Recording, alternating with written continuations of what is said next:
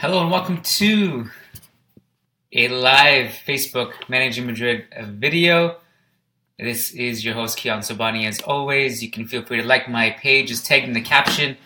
No games for a couple weeks, and I'm obligated to sit here before you guys and talk about Real Madrid. I usually do this at halftime. Obviously, there's no games to do that, so I gotta jump on and just interact with you guys. And I don't really have anything too formal structured. I thought I would just do a Q&A. You guys can talk about the derby. You can ask questions if you want. In about 25 minutes, I'm going to jet to watch Alex Febas play with Real Zaragoza. And until then, I'm here. Who knows how long I'll go. So, Managing Madrid says, Ayo, Kiyan. I have no idea who you are. Whether you're Gabe, Lucas, hello to you. Warren Africa says, Hala Madrid, Kiyan. Hala Madrid, Warren. Thank you for tuning in. Sup, Eric? Nushin, I'm excited to hear this Q&A. I'm excited to do it. Hello, Jan. Hello, Faisal. And hello, Parwinder. So, derby coming up. And it's a big one tomorrow. And we've done extensive coverage on the derby. So, you need to do your due diligence. You have to listen to the podcast I did on Monday on Churros y Tácticas with Jeremy Bernov into the Calderon. I also joined their podcast, Cultural Network Chat, on Wednesday. Go listen to that. And what else did we got? We did a Q&A with the enemy. Robbie Dunn of Us was there. Lucas Navarrete posted a bunch of awesome stuff, news and updates, starting 11 pieces. So make sure to go look at all that.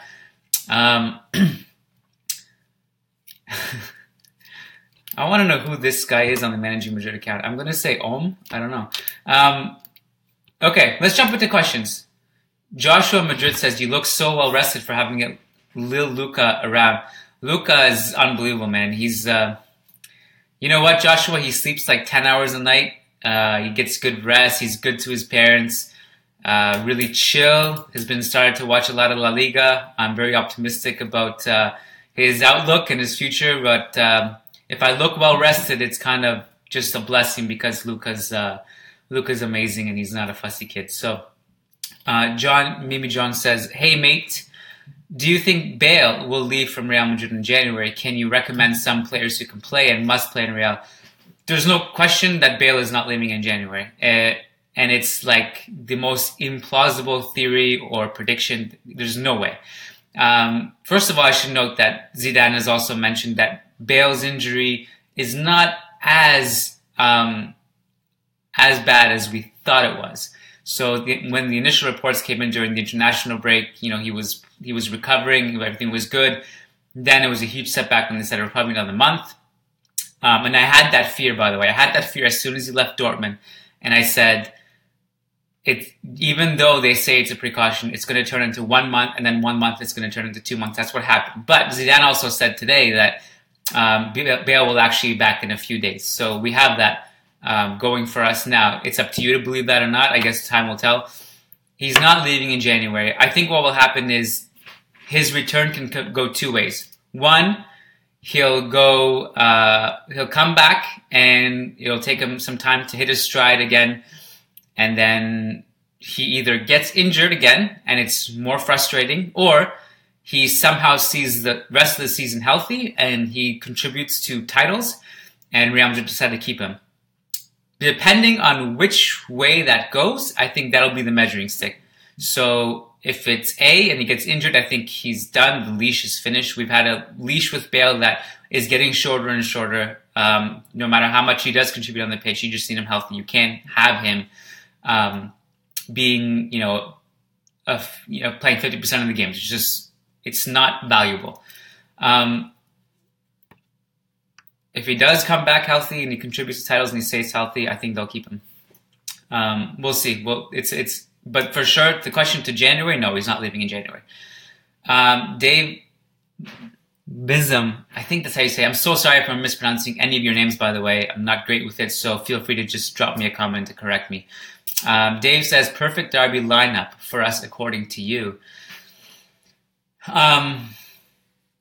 With this available squad, without Bale, without Carvajal, who I don't think is going to play, without Keylor, Kovac is still not 100% fit. My team would be Ronaldo up top on his own. Benzema comes off the bench if he plays. And you have Isco and Asensio. And then you have Casemiro, Kroos, Modric. And your back four, assuming Carvajal can play, you go Nacho, Varane, Ramos, and Marcelo, and Kiko Casilla. I'm not a fan of Ashraf in a big game like this, so I definitely want to see Nacho at right back. I also would love to see Daniel Ceballos play. You know, you guys all know by now, and I've had the privilege of watching him game in, game out with Betis last season. I've had the privilege of covering him with the under-21s over the summer, and also just the past few weeks watching him with the under-21s. When you watch him play with with the offense channeled through him completely, like if you watch him with Betis, you watch him with the under-21s, he's just the focal point of the offense. Everything gets channeled and funneled through him. And he's never shy with the ball. He's always showing. He has a nice mix of patience and directness. And to me, like the comparison would be like if you took James and you took Isco and you morphed them into one player and you made a hybrid, you would get James's decisiveness in the final third with Isco's patience. And what I mean by that is that his vision is incredible. Like he'll see things that no one else sees on the pitch. And what I love about him is that he will be patient if needed. If the defense is locked, he will kind of just look around, gauge it, and measure the field, and play a pass that only he will see. Or he just sees the ball, he sees the pass right away before he gets it, and the ball is zipping, and he hits his target. He's a nice mix of that. And I think a lot of people who have been crying for James, and the fact that we lost him, we didn't keep him, blah, blah, blah. Ceballos can be our James. He's not a traditional winger like Lucas Vazquez, but that doesn't mean he can't be the sub over Lucas Vazquez, because he has a nice versatility to him. He can drift out wide, but not hug the touchline like Vazquez and put crosses in. He can help defensively. He can play incisive passes against an Atleti team who, by the way, they've been sleepwalking. Their counterattacks have been shit. Offensively, they've been labored. Defensively, they're good. Even this season, in all their woes, they've been good defensively. So Ceballos, I think, can really help in a game like that. Azit Tapa says, Kepa or De Gea, who is likely to come? I think Kepa looks realistic at this point. And it's not that Kepa is a better goalkeeper than De Gea. Not now, anyway. He might be in the future. What you have with Kepa that you don't have with De Gea is a lower price tag, because Bilbao are really worried about keeping him. If you listen to their president speak, he's like, oh no, he's going to stay. He's very confident. The way he speaks is like they're not going to make a move in January because they're confident he'll renew. The problem is that Kepa's contract ends at the end of the year. So there's a really good chance he leaves for free. So if you're Bilbao, the only thing you can really pitch him, because it's not money, you can't pitch him money. The only thing you can really pitch Kepa is you tell him, look, this project we're building at Bilbao is really exciting. Like, forget this season. I know it's a disaster so far. Ziganda's going to go. You tell them that they were building a nice future with Yaray and Munyain and Iñaki and Unai Nunez. And it's really exciting. We want you to be a part of that. And somehow his roots, his identity convinces him to stay. But I think Real Madrid has an advantage, because if they can't convince him that he's going to go in the wintertime, and he's going to go for cheap because his contract ends. So 20 million was the Lucas posted on the site, was the rumored fee. If that's 20 million, I think you got to take that. There's no question.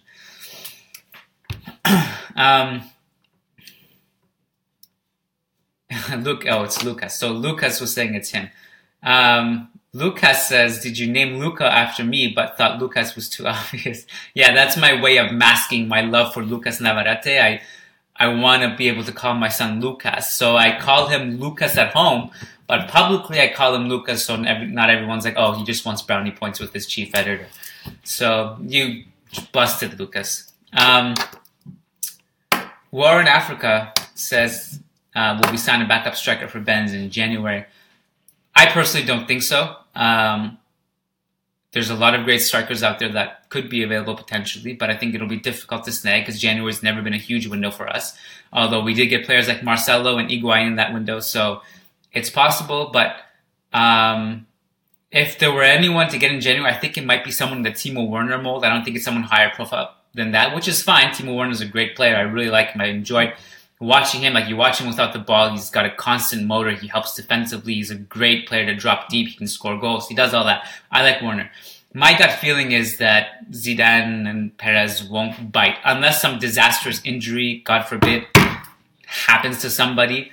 Then I don't think they'll bite for anyone in January. You also have to keep in mind that technically there are other strikers in the team aside from Mayoral, because Ronaldo can play up top on his own, and he's done that before. And look, a year ago, like almost to the date when Real Madrid won in the Calderon 3-0, Ronaldo was the spearhead, the only striker.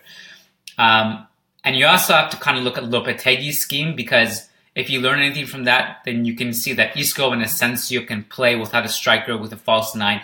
So I think that is an option too that Zidane can use. I don't think Real Madrid will be desperate. I think a lot of fans will be desperate to get it, but I don't think Zidane, thankfully, doesn't think like fans. So I don't think that, be it right or wrong, I don't think he will be as desperate as fans to buy a striker in January.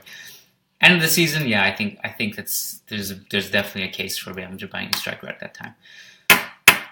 Azhar Siddiqui says, we could buy that new kid from Valencia. He is from Portugal. Guedes is phenomenal. I don't know if he's ever going to be a superstar at a club like Real Madrid. I don't know if I see that. I think he's unbelievable. I had some concerns when I was first watching with Valencia, where his decision making wasn't great. But you just look at the golazos he scores, it's unbelievable. The pace on the flanks is unbelievable. I don't think Real Madrid go for a player like that unless they're looking to strengthen their depth at that position. But he's also not a striker, so if you're looking for a striker, he's not going to play that role. Chibwe Musanda says, Bale will be back on the pitch in the next 3-4 days. She should be back by Wednesday, Thursday. Yeah, I mentioned this at the beginning of the video that Zidane has clarified some of this stuff again. If you want to read it also verbatim, go to managingmadrid.com. Luke has posted an article about that.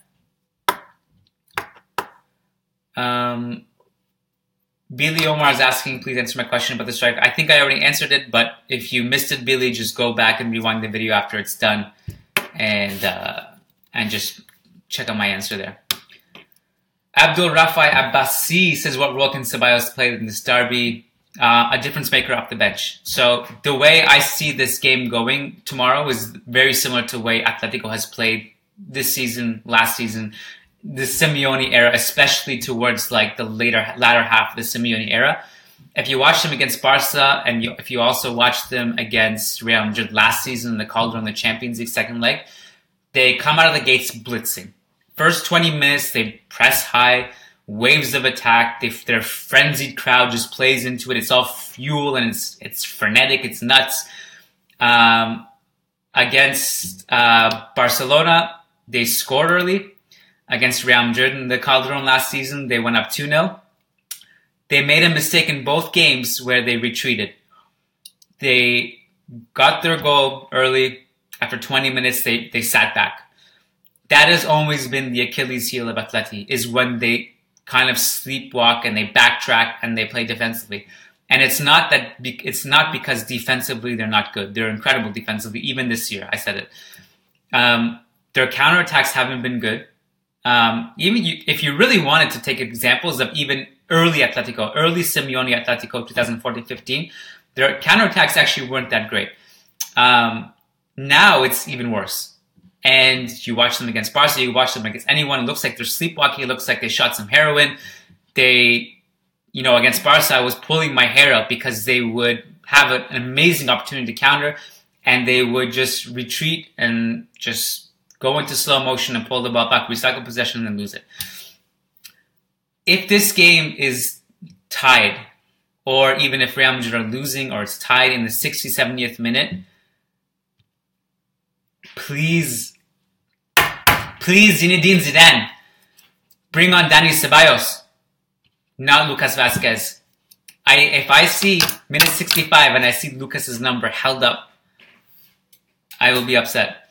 I like Lucas Vazquez a lot. I do. I think he's a serviceable player. He's a great player. He's a good human being. Dani Ceballos can do things Lucas Vazquez can't. And the question was, I don't know who asked it now, but the question was, what can Ceballos provide in a game like this? he can provide incisive vision to implement. He can provide help and assistance with Modric and Kroos and Isco. He can play through balls. He can see things nobody else sees. If you get Lucas Vazquez, you know what you're going to get. You can get predictability. You can get crosses. You're going to get some hard work. Atletico are going to feast on him. They're going to predict everything that Lucas Vazquez is going to do. They're going to flood the box like they're so good at. They're going to head away every single cross. Although Atletico in the air this season have conceded a lot of goals off headers for whatever reason. But if you have Ceballos there, they can't predict for Ceballos as easily. It's 3:52. Time flew. I don't know where time went. I actually have to go soon. I want to watch Febas play with Zaragoza. Sam Sharp's here. What's up, Sam? Sam says homemade cookies or store-bought. Bro, I went vegan like 5 months ago. Life-changing. Forget store-bought cookies, Sam. I'm telling you. Bananas and trail mix, like a healthy trail mix, some salt, maybe some vanilla if you really wanted to.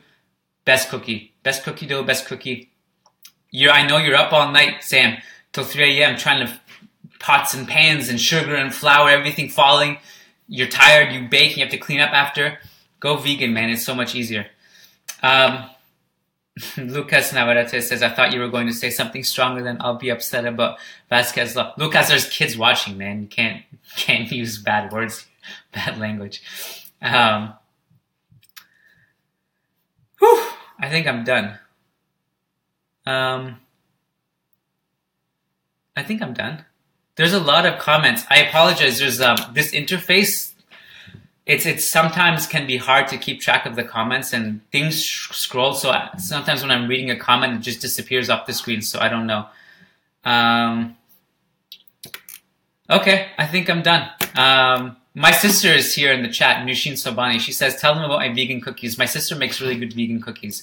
That's me telling them. You're welcome. Thank you guys for tuning in. I just blabbered on for 20 minutes and I don't know how you guys put up with me because I'm all over the place and I think I have ADD, but I appreciate you guys a lot and I hope for a big victory tomorrow. Like I said, this video is one portal, but please go to managingmadrid.com. There's all kinds of content from Lucas and myself. We have a great fan post now about Real Madrid and art. It's really cool. You check it out. A lot of podcasts we've had, I think a total of 3 podcasts covering this game tomorrow. Team news, whether it's injury news to Carvajal, whether it's starting lineup news, that's all on managingmadrid.com. Tomorrow we're going to have the immediate reaction. We'll have a post-game podcast Sunday. Monday I'm going to have a Churros y Tácticas podcast with 2 Atletico journalists. So stay tuned for that. And I think that's it from me, guys. Thank you so much for tuning in. Like my page is tagged in this the caption of this video. Like this video, share it, comment, whatever. Appreciate you guys. See you in a bit. Oh, see you halftime tomorrow. Hala Madrid.